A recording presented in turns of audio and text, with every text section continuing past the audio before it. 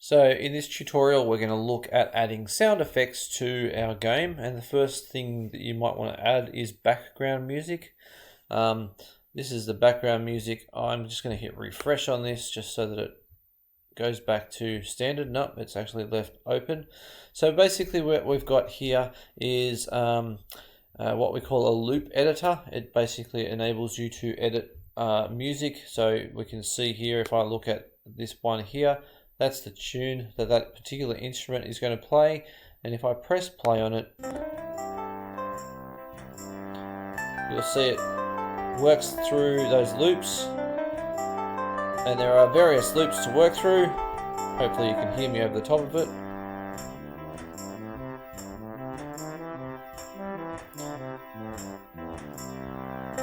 And you can see that each loop pattern is about 2 bars or 8 beats. And we can basically change the loop pattern by doing that up and down. If we change to a loop pattern that doesn't have anything in it, like 0, you can put stuff in it, but I've left 0 as my space, and you'll see that it's blanked out. You can extend how much you get playing by dragging this blue handle down the bottom. You have 4 possible instruments. 3 are actual instruments, and the final one is percussion.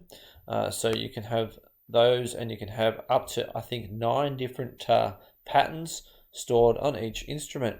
You can change over here from, I'm currently on a blues scale, to easy, which is a pentatonic scale, to a normal scale, which is your normal notes on your piano, and there are a whole bunch of other ones. I strongly suggest you stay with the ones with the smiley faces and not the ones with the sad faces, because they're a bit tricky to use. So you can work through that. You can also change your instruments.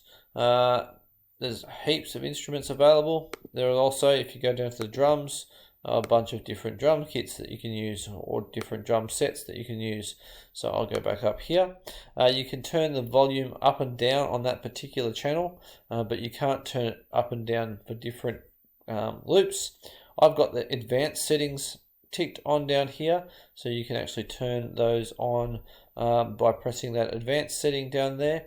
And if I want to save the file, I can go to File, and I can export the song, and it will download.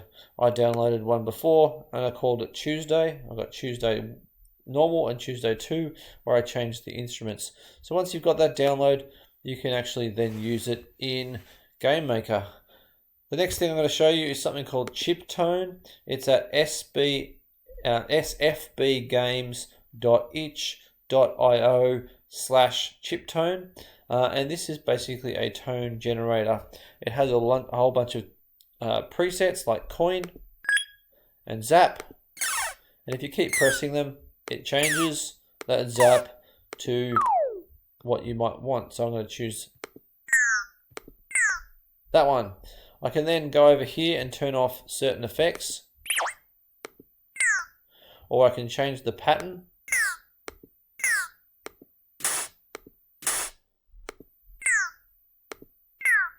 And I can turn all these effects on, and I can play with these settings if I really want to. Tremolo, delay is often useful, sort of like an echo. But you can see there that you can do various different things. You can also change the pitch with this piano keyboard down here. And you can replay it as you want. The sampler and the sequencer don't seem to work at the moment, but this is a pretty good little app for getting the sound. Once you've got the sound that you want, I'm just going to go to a jump. That'll do. I can save that sound by hitting the sound wave, and it will download. Good idea to rename these in here. So I'm going to right click and rename Tuesday. So rename as SND underscore Tuesday. That's the one there, and this sound wave here, this is going to be my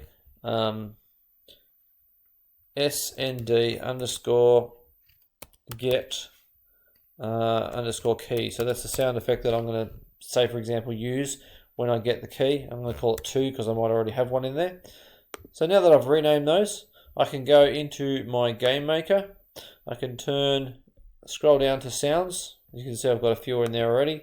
And you simply just drag this from here into here. And I'm going to drag Tuesday in as well. Okay, and each one of those will generate a little graphical user interface. You can turn the volume on those up and down and set some other settings on it, but that's not really that important. What we can then do is we can go into the game and we can turn it on. So I'm just going to go into the game control object.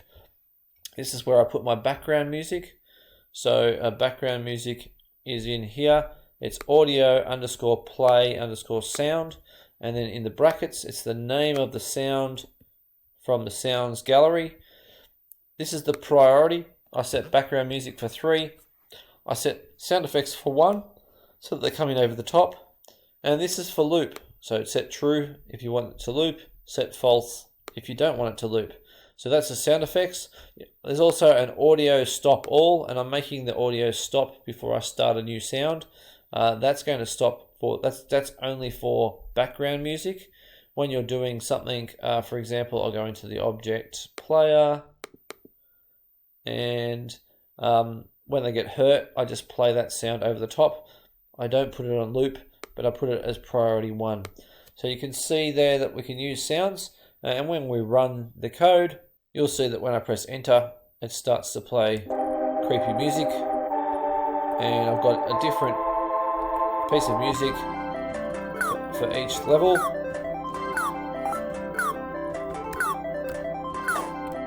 And I can play the game and get different sound effects. Just close out of that because it's very noisy. So that is how we put sound into our game, and you can go overboard with this and put lots of different sound effects into your game.